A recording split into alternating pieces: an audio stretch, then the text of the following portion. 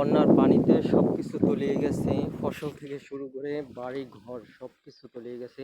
এখন আমি বর্তমানে আছি আমার হাঁটুর সমান পানি প্রায়, কিন্তু ওই সাইডে প্রায় আমার কোমর সমান পানি হবে। নর্মাল 4 থেকে 5 3 থেকে 4 ফুট পানি হবে। দেখুন সবকিছু তলিয়ে গেছে। যত ফসল ছিল এবং ধান চাষ করার জন্য যেই বীজ রোপণ করে সেটিও তলিয়ে গেছে। এই দেখুন সেটিও তলিয়ে গেছে এবং এ জায়গায় নর্মালত 4 থেকে 5 ফিট পানি আছে। দেখুন সবকিছু তলিয়ে গেছে। আহ, এমনকি টয়লেটটা পর্যন্ত তলিয়ে গেছে। এই বাড়ির টয়লেট আর কি।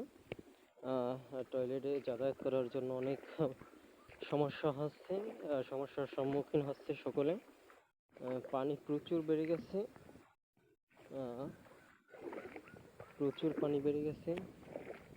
দেখুন কি অবস্থা, মানুষের যাতায়াতে অনেক কষ্ট হচ্ছে, অনেক সমস্যার সৃষ্টি করছে এত পানি হয়ে।